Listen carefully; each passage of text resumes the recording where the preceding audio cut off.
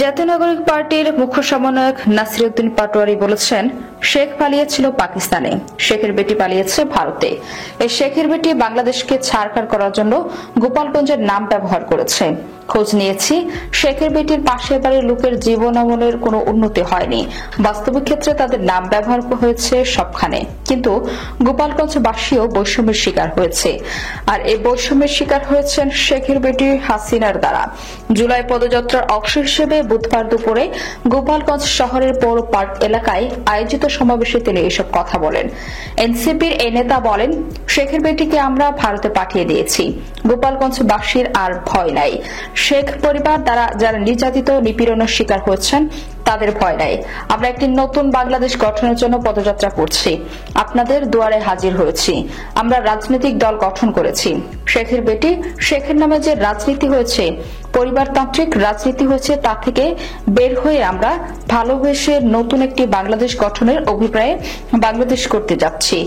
আপনারা আমাদের সঙ্গে থাকবেন। নাসির উদ্দিন পাটোয়ারি বলেন, বাংলাদেশের বর্তমান পরিস্থিতিতে রাজনৈতিক ক্ষেত্রে গোপালগঞ্জ ও বগুড়া দুইটি জেলার অবদান যেমন রয়েছে, তেমনি বৈষম্যের ক্ষেত্রেও তাদের নাম রয়েছে। আমরা ব্যক্তির রাজনীতি করতে চাই না, বগুড়া, ফেনী, গোপালগঞ্জের রাজনীতিও করতে চাই না। আমরা বাংলাদেশের রাজনীতি করতে চাই। তাই আমি আহ্বান জানাচ্ছি বগুড়া গোপালগঞ্জবাসীকে এনসিপির ছায়াতলে আসার জন্য। এদিকে সমাবেশ শুরুর আগে সেখানে হামলা চালায় নিষিদ্ধ ঘোষিত সংগঠন ছাত্রলীগ। এ নিয়ে এনসিপির মুখ্য সমন্বয়ক বলেন, আমাদের এখানে হামলা হয়েছে, পুলিশ নির্ভীকভাবে দাঁড়িয়েছিল। এসব নাটক আমরা হাসিনা আমলেও দেখেছি। নতুন বাংলাদেশের ভবিষ্যতে আমরা এই ধরনের নাটক দেখতে চাই না। এর আগে দুপুর 2টার দিকে দেশটির কেন্দ্রীয় নেতারা জেলার পৌর পার্ক এলাকায় আয়োজিত সমাবেশের মঞ্চে পৌঁছেছেন। এখন তারা একে একে দলের কর্মী সমর্থকদের উদ্দেশ্যে বক্তব্য দিচ্ছেন। সমাবেশে এসে উপস্থিত হয়েছেন এনসিপির আহ্বায়ক নাহিদ ইসলাম, দক্ষিণাঞ্চলের সংগঠক হাসনাত আব্দুল্লাহ, উত্তরাঞ্চলের সংগঠক সার্জিস আলম, ডক্টর তাসনিম জারা সহ কেন্দ্রীয় নেতারা।